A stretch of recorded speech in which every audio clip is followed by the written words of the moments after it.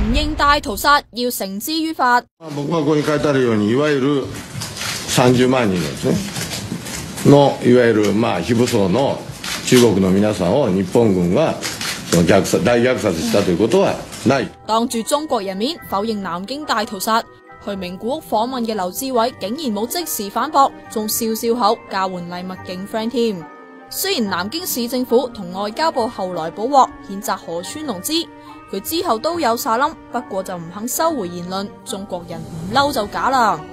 人大代表周建平星期三向兩會提交建議，呼籲國家立法制定南京大屠殺罪。雖然河川龍之係日本人，即使唔嚟中國都犯咗法，影響政治聲譽。人大規定提建議者需用個人名義就得，但要做正式議案，要有30個代表聯名支持。